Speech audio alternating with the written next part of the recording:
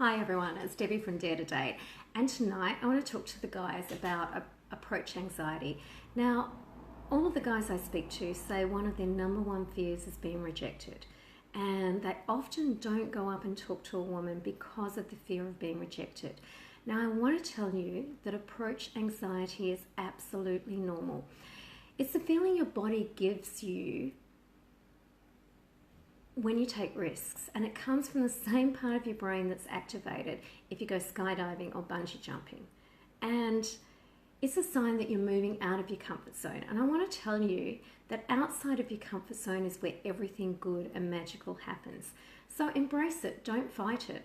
And I want to tell you that even the most successful guys with women occasionally still feel approach anxiety.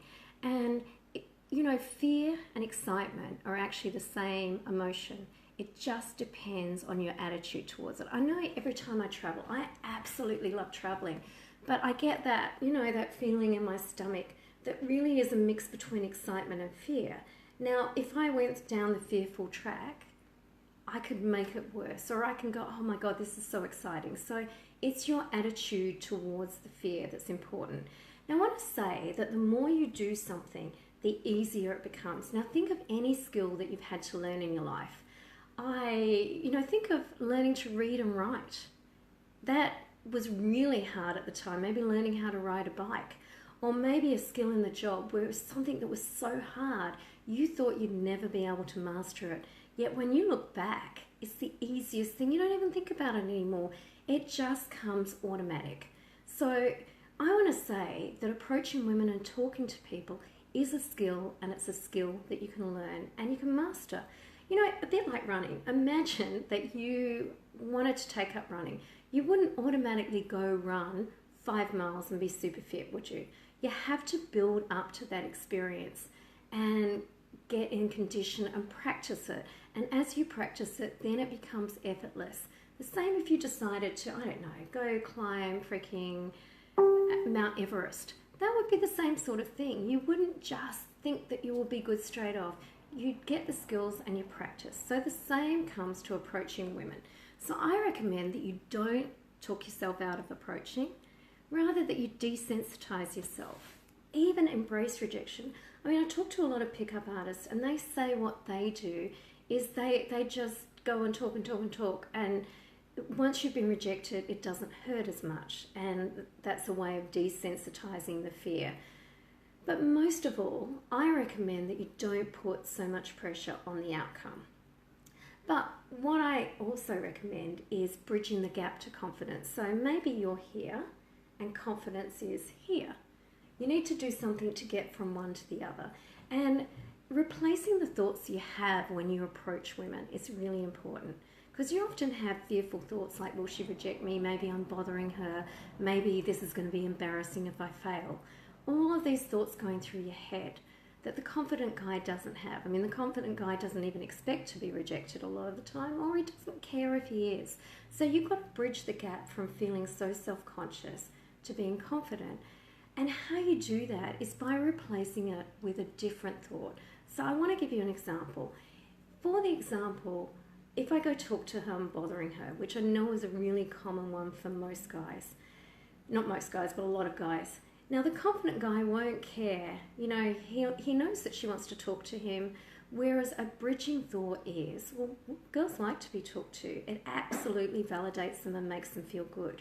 So if you can say something that's a little bit believable in that space, it can bridge the gap so you can talk to them. Another example would be, say you have that automatic thought that I'll get rejected. Well, the confident guy, again, doesn't care whether he's going to be rejected. Whereas if you want a bridging gap, well, you're not going to be everyone's cup of tea. If I don't talk to her, I can talk to another woman. Just replace the thought with something else. And say for the thought that I said earlier, where what if I go and approach her and I fail and it's embarrassing in front of people? Well, the confident guy won't expect to be rejected in the first place. But a bridging thought to that would be, people are more concerned with themselves than what you're doing. And, from my experience, that's absolutely true. So try, instead of having these automatic negative thoughts, to come out with a thought in between when you think that thought about being rejected, interrupt the thought pattern. Maybe say to yourself in your head, hairy balls, and then replace it with something that your brain can believe. And look, what happens when you do this is if you continually change those negative thoughts and replace them with something the brain can believe in, you will increase your confidence, and you'll also create some new habits. Now, new habits take a minimum of 21 days to do if you're taking consistent action. So if when you get in the practice of talking to women, talking to people, getting more comfortable in that space, and I can tell you that the one thing that will get you success in the dating world is by being confident. And maybe it doesn't come overnight, but there is this pathway of how you can get there, and it is by changing those thoughts that you have. And eventually you'll be surprised. You'll find that it becomes easier to talk to the woman, that you'll get better, you'll know that they like you, you'll get that phone number, it gets easier.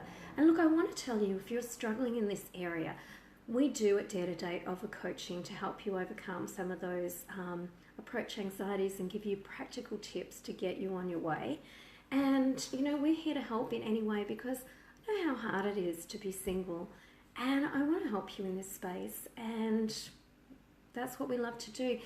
The final thing that I'd want to say is, for anyone watching this video, we've got 2 tickets left for Sunday's Swan Valley Wine Tour, and I'm really quite excited. We're going to meet at the casino and at 1:30, and we're going to go to about 4 or 5 wineries, taste some wine, get to know each other, have some fun, have some laughs, and then head back to the casino, where people can either carry on or not. So there are still a couple of tickets left. Jump online and grab yourself a ticket. It will be a fun afternoon.